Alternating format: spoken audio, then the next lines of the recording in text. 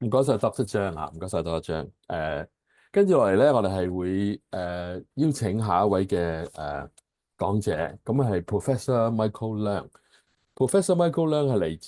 自Sydney University of Hong Kong 香港城市大學嘅。咁而家Professor 咧係 Chair Professor of Renewable Energy School of Energy and Environment，亦都同時係信興 Education and Charity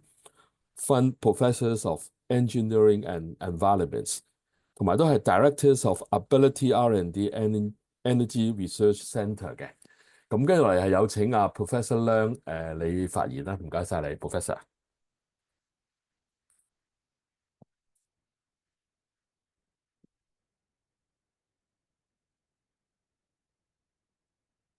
係Professor 你未開咪？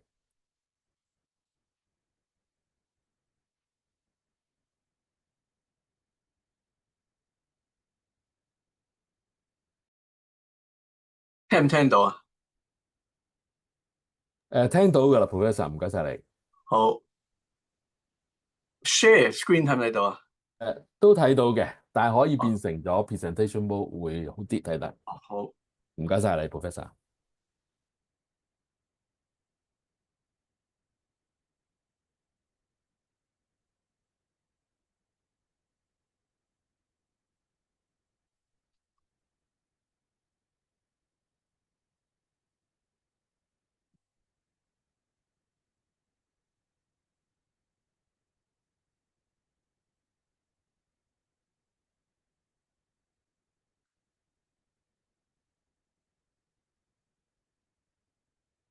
請問係咪睇到噶啦？Yeah，睇到同埋聽到㗎啦，係唔該晒你，Professor。好，好唔該晒嚇。咁我就開始嚇。我簡單介紹啦嚇。其實都介紹咗啦嚇。我係 Michael Leung 嚇。咁我喺香港城市大學能源及環境學院嗰度工作嚇。咁就同埋就教書同埋從事研究啦嚇。咁氫能咧，即係都係我其中一個教學同埋做研究嘅重點，咁所以今日都好高興可以同大家即係分享下喺呢方面嘅即係科技發展。咁我就會主要就係講一講咧，就係即係 hydrogen fuel cell 嘅發展啦。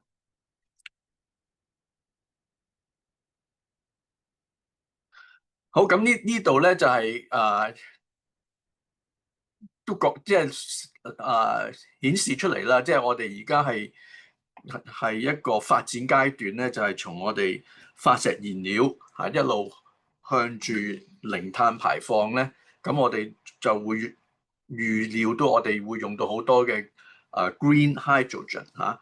咁喺呢一個發展過程中咧，其實就有好多嘅技術喺度都啊。好似一個 summary 咁啦嚇。咁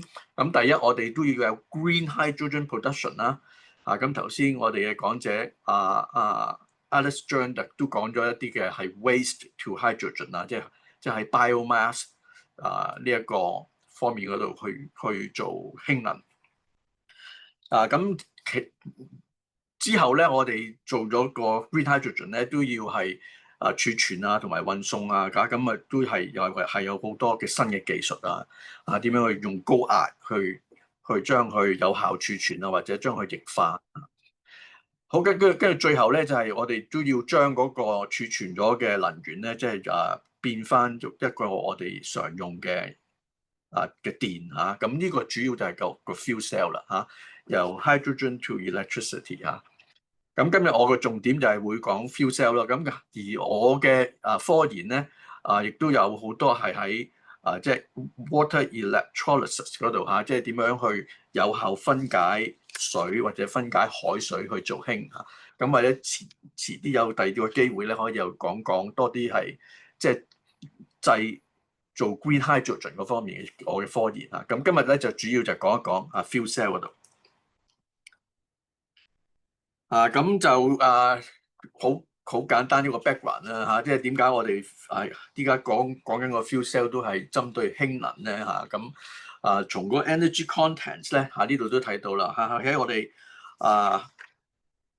其他嘅選擇當中咧 hydrogen 咧嗰個energy content 係最高嘅嚇。咁而hydrogen 亦都冇呢個碳嘅成分啦嚇，咁我哋就唔需要顧慮到會有呢個greenhouse gas 嘅 emissions。咁喺我哋使用氫嘅時候咧用 fuel cell 又好，又或者我哋燃燒佢又好啦嚇，咁個 byproduct 係水咁都係唔會對環境有造成一啲嘅污染或者影響嘅咁所以氫就係我哋最佳嘅選擇。好，咁個用法啦氫當然我哋都可以係燃燒佢好似我哋其他嘅化石燃料咁燃燒製造釋放翻啲熱能出嚟咁可以就去推動我哋嘅唔同嘅 engine 去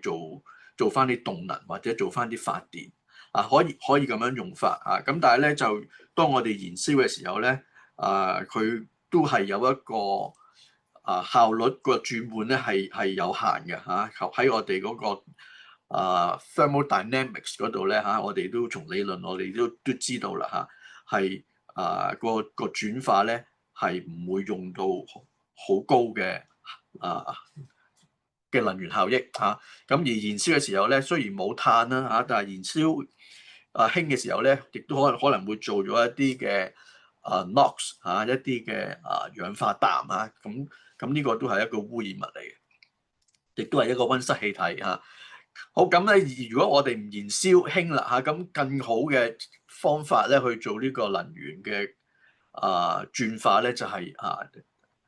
圖中所講嘅 fuel cell 呢個選擇咁 fuel cell 咧就唔係一個燃燒嘅過程啦，佢係一個即係 electrochemical 即係一個由一個化學嘅一啲嘅過程中咧，就將個氫變翻咗一個電能出嚟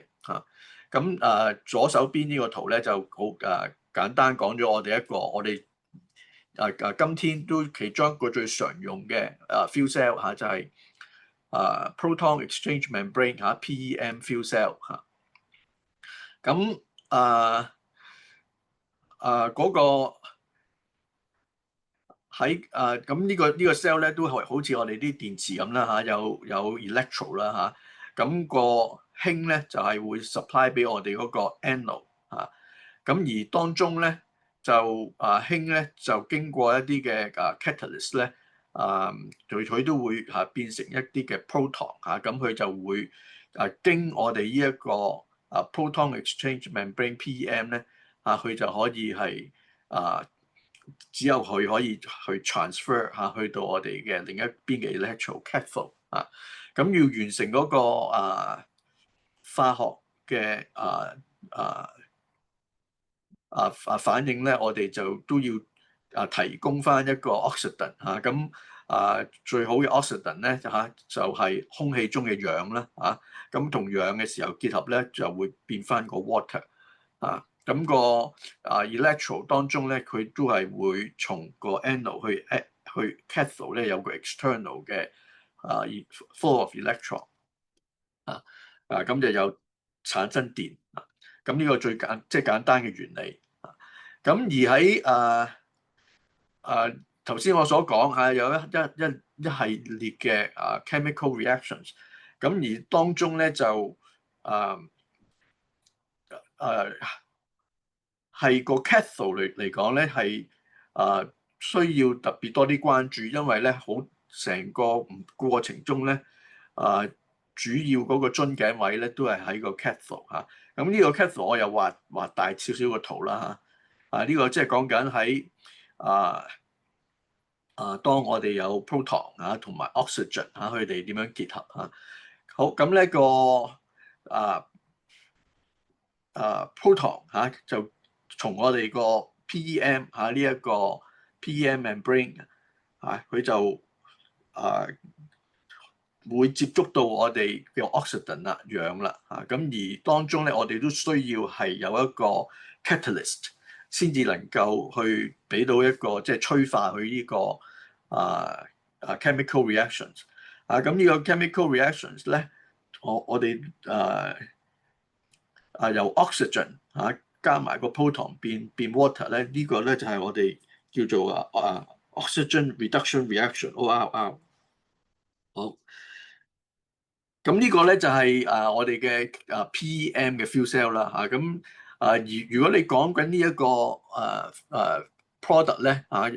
佢有幾個重要嘅 component 有 electro 有catalyst 亦都有個electrolyte 即係嗰個 PEM membrane 咁其實嗰個 PEM membrane 咧就係成本就係相對係最高嘅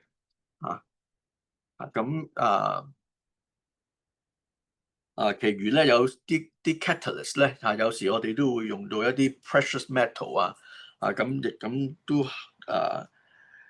會佔少少嘅成本好，咁而呢一個嘅 fuel cell 咧，佢個運作嗰個溫度咧就係50度至到90度就係熱，但係就即係高少少高啦，比常溫咁但係又唔係特別好熱嘅溫度好，咁嗱呢個係一種 fuel cell 啦咁我又講一講另一種 fuel cell 咧，就係 solid oxide fuel cell 咁佢頭先就 proton exchange membrane fuel cell 呢個 solid oxide fuel cell 嗰個名咧主要就係跟佢哋嗰個 electrolyte咁呢種 fuel cell 咧，佢嗰個 electrolyte 咧就係一個一啲陶瓷嘅材料嚟嘅咁呢個特別呢個材料咧就係YSZ 呢一個材料啦咁佢咧就係喺嗰個過程中咧，佢就係淨係俾oxide ion 去通過咁咧，所以我哋就叫呢一個係oxide ion 經過 electrolyte 就 solid oxide fuel cell 咁都類似啦我哋需要係提供氫俾我哋嗰個 anode 亦都有一個oxygen 俾我哋個 cathode 咁就可以完成呢一個fuel cell 嘅一連串 chemical reaction 就做到一個電流出嚟喺兩個 electro。咁而呢一個solid oxide fuel cell 嗰個運作個溫度咧就係高啲啦就600至到1000即係攝氏嘅溫度嘅好咁嗱咁我陣間都會講啦喺呢啲基本嘅 fuel cell 我哋有啲咩 ongoing 嘅 research 或者將來我哋有啲咩嘅新發展可以令到佢哋嘅能源轉化效益更加會提高啦咁我介紹咗呢兩種 fuel cell 啦咁而家我睇一睇翻呢一個 table 咧，即係 summarize 翻我哋喺 fuel cell development 當中咧，其實都唔係淨係頭先講嗰兩種嘅咁頭先講嗰兩個咧就係最後嗰兩個 column 啦呢個 PM fuel cell 同埋一個 solid oxide fuel cell。好如果你哋即係喺literature或者都有相關嘅產品嘅，仲有其他嘅 fuel cell alkaline fuel cell phosphoric acid fuel cell molten carbonate fuel cell咁呢度一個 table 咧就即係 summarize 晒喺呢幾種 fuel cell 嘅特性啦咁譬如講翻PM 頭先所講佢溫度咧就相對冇咁高啦50度90度咁其實咧呢個咁嘅運作咧佢就係都比較係適合我哋嘅譬如係交通工具咁我哋就可以係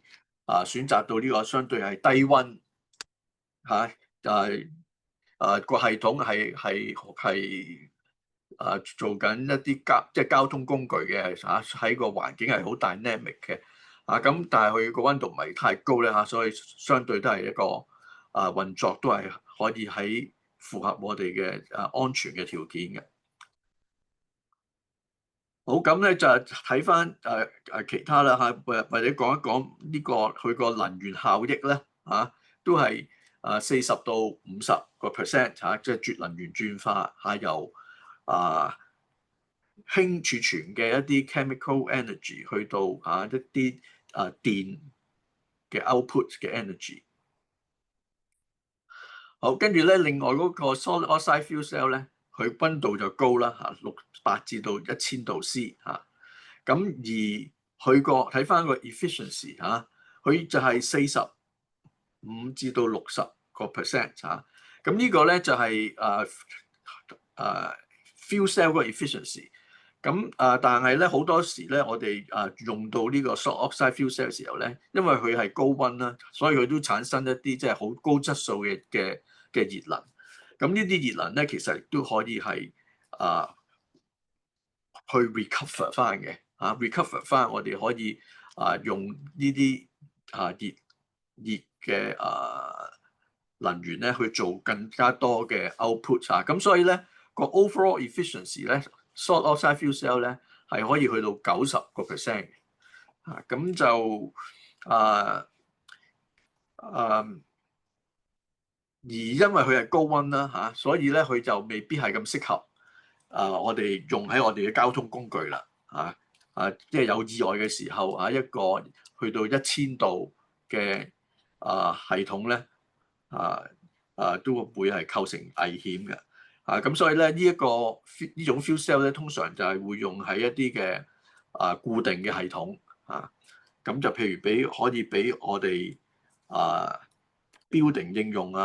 或者俾我哋一啲嘅plant 去用好，咁再下一個咧就係即係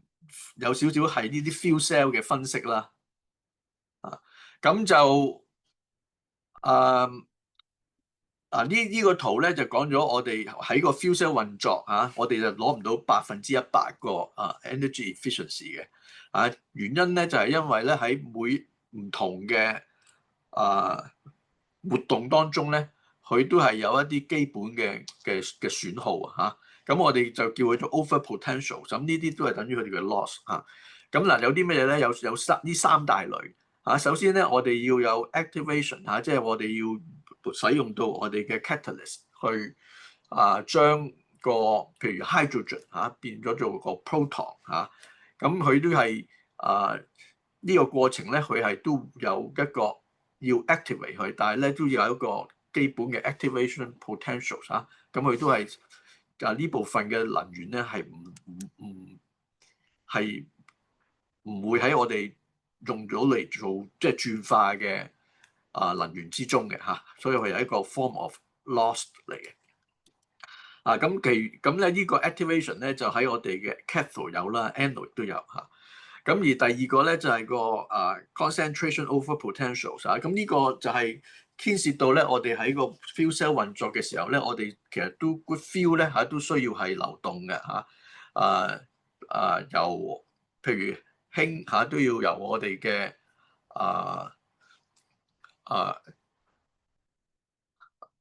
流經我哋嘅 electro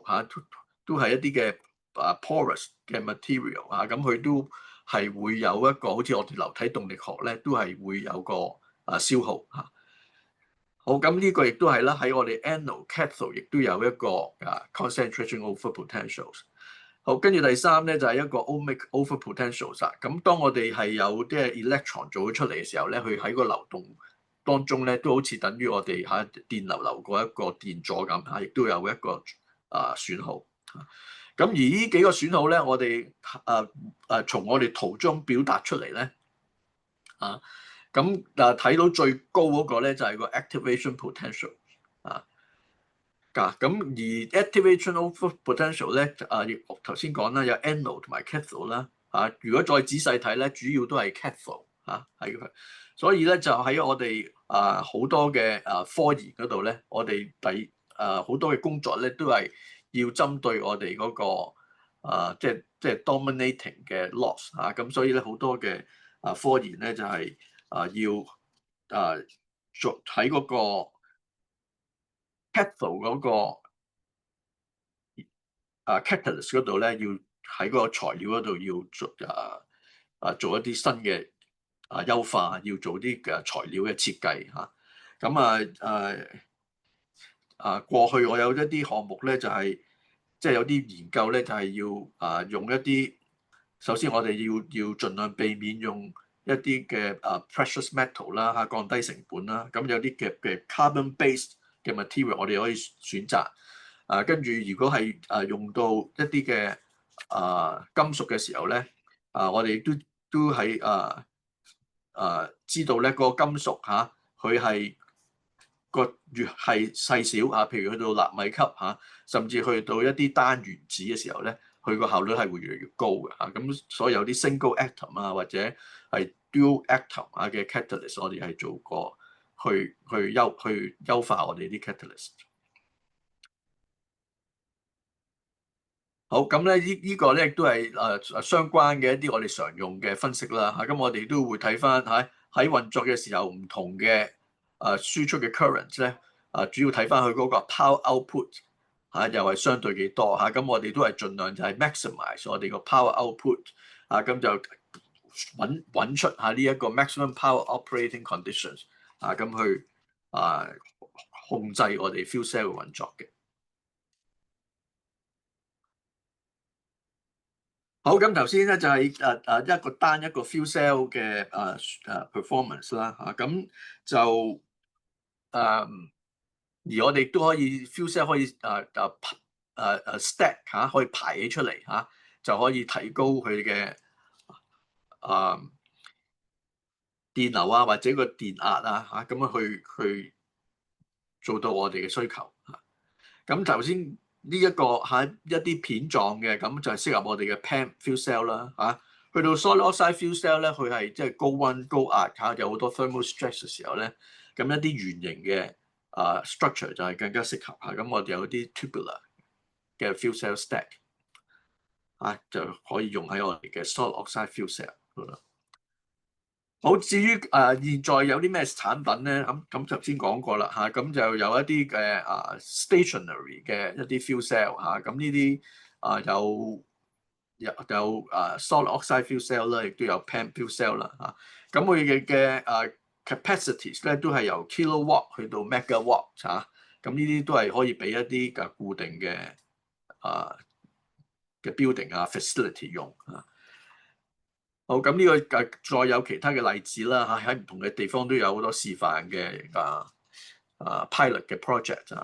咁去到大嘅有啦最細嘅亦都有啲 portable 嘅 device 去到幾十 watt。咁交通工具咧咁呢個就係我哋嘅第一架嘅 fuel cell bus 啦喺香港啦咁呢途中咧開車咧就係本人啦去參觀呢個第一架 fuel cell 車bus 嘅時候，我哋係拍咗呢張照片。咁而去到passenger car，其實好多嘅manufacturer 佢哋都已經有佢哋嘅 prototype 係 ready 㗎啦咁就市場適合嘅時候咧，呢啲嘅 fuel cell car 咧都會推出市場咁交通工具咧亦都有佛山嘅一架 fuel cell tram 啦咁甚至飛行嘅交通工具亦都有 fuel cell 嘅產品。咁就呢個有少少嘅 table 咧，就講翻一啲嘅現在我哋啲 fuel cell car 咁喺個 specification 裏頭咧，其實都係絕對係適合我哋日常嘅應用噶啦。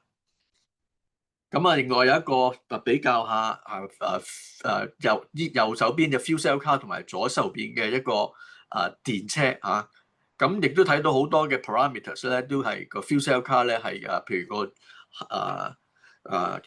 所行嘅里數更加多儲氫同埋充電個時間係明顯短咁另外仲有一個咧就 highlight 咗就係嗰個碳排放咁呢個特別呢個 case study 咧，亦都睇到呢個 fuel cell car 相對嗰個碳排放係比電個低。好，咁就再講埋其他喺 fuel cell 嗰度有啲咩我哋可以係新嘅改善啦咁第一咧就係頭先講咗啦嚇，右手邊左手邊呢個 fuel cell 嚇就係我哋一個 solid oxide fuel cell 嚇。咁其實咧同樣嘅 structure 嚇，我哋調翻轉佢嚟用咧，其實佢就係一個 electrolyzer，佢係可以係用嚟分解水去製氫。咁所以咧，我哋亦都可以設計我哋嘅 fuel cell 係一個 reversible fuel cell 嚇，同一個系統可以有兩個功能嚇，佢係 fuel cell 同時可以係第二個 mode 係 electrolyzer。咁呢一個就可以降低佢嗰個成本嚇。咁呢一個咧就需要其實咧就係喺個設計嗰度咧就係要 optimize 啲 parameters，令到佢哋咧整個 cycle 嚇 charging discharging 都有一個最高嘅效率。好，第二咧就係我哋亦都可以係呢個係無膜嚇 membraneless 嘅一個 fuel cell。咁當我哋設計我哋嘅 fuel cell 咧，如果我哋嗰個channel 係去到一個micro scale 嚇，咁其實咧啲 fuel 啲 electrolyte 咧，佢都係一個 laminar flow，佢就唔會有自己 mix 埋一齊嘅。咁喺咁樣情形咧，佢自己嗰個 laminar flow interface 已經係 form 咗一個 separation，咁我係可以係一個無膜，咁就可以亦都係大大減低咗呢個 fuel cell 嘅成本。好，第三個設計咧就係一個fuel cell 加埋一個光催化嘅一個component 嚇。咁光催化咧其實係一個好好嘅應用咧，就係應用嚟處理一啲污水photocatalytic wastewater treatment 嚇。咁已經有產品嘅咧，譬如就係用二氧化鈦呢個 photocatalyst 嚇，咁就可以分解污水裏頭嘅有機嘅污染物啊。咁而呢個結合嘅時候咧，就等同於咧，我哋可以係用呢個光催化嘅部分咧，就去處理污水。而處理污水之中咧，佢亦都係會產生咗一個電流出嚟嘅嚇。咁配合翻我哋個 fuel cell 嗰個configuration 咧，呢啲電咧都會係一個單向流動嚇。咁所以咧，佢亦都會做翻一個電能出嚟。咁呢個圖中咧，亦都係我哋個實驗室嘅 prototype 啦咁我哋亦都過去都試過咧，就係都成功咧，將一啲嘅即係城市嘅污水去做個處理，亦都係做翻個電流出嚟。咁呢個就係近期一啲嘅一個 study 啦就係用嚟分解咗我哋好難處理嘅一啲嘅antibiotics 嘅 wastewater 處理佢同時將佢都產生咗個電能出嚟。好，咁時間有限啦 ，conclusion 咧就係其實咧就係由 fuel cell 嚟講咧就係一定係需要噶啦去 support 我哋將來嘅 green energy green hydrogen 去達到我哋嘅零排放呢個目標。咁而當中咧頭先講咗有好多嘅發展空間啦所以 fuel cell 嘅能源效益同埋成本亦都會一路降低。咁呢個圖咧亦都係我哋從事呢方面研究嘅一個vision 啦同之前嘅講者一樣我哋將來咧亦都係會主要係用可再生能源去做咗一個綠氫而成為一個 medium 再用 fuel cell 去轉化為我哋嘅需要嘅電力。好，咁最後鳴謝翻我嘅研究團隊，多謝大家。